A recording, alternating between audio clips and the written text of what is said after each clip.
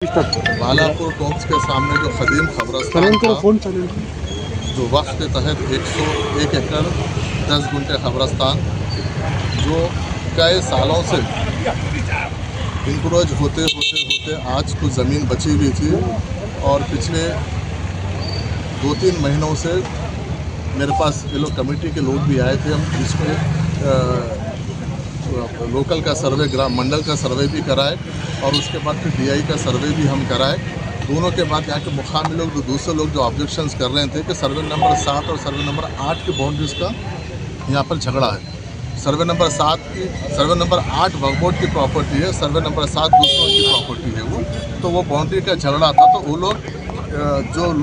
MRO का सर्वे था और DI का सर्वे था उससे वो लोग मुतमईन नहीं होके हम और एक सर्वे कराना चाह रहे हैं। इसलिए पिछले 1 महीने 1.5 महीने पहले वो बोले तो फिर हम सर्वे के लिए डाले थे। हमारे इंस्पेक्टर, मुकामी वक्फ बोर्ड के इंस्पेक्टर है,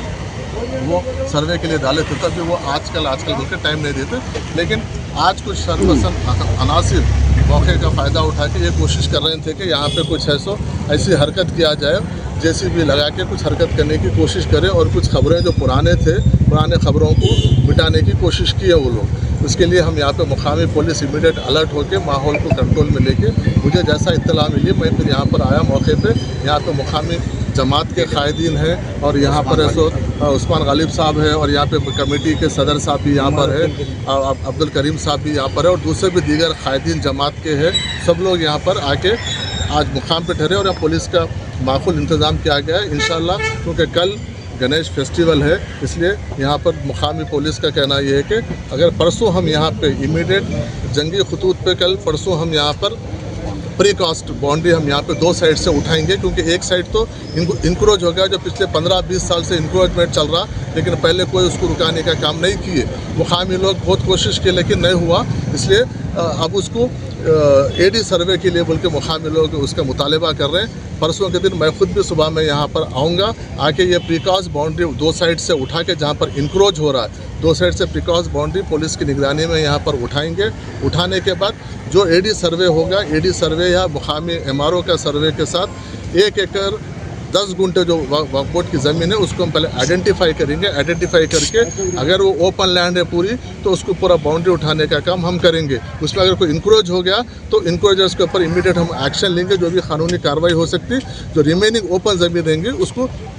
हदबंदी करके हुदूद उसके ऊपर फिक्स कर लेके उसको बाउंड्री उठाने का काम करेंगे, क्योंकि ऑलरेडी 11 लाख रुपए सैंक्शन होकर पिछली बार MLA अलर्ट से 11 लाख रुपए सैंक्शन हुए और उससे ज़्यादा जो भी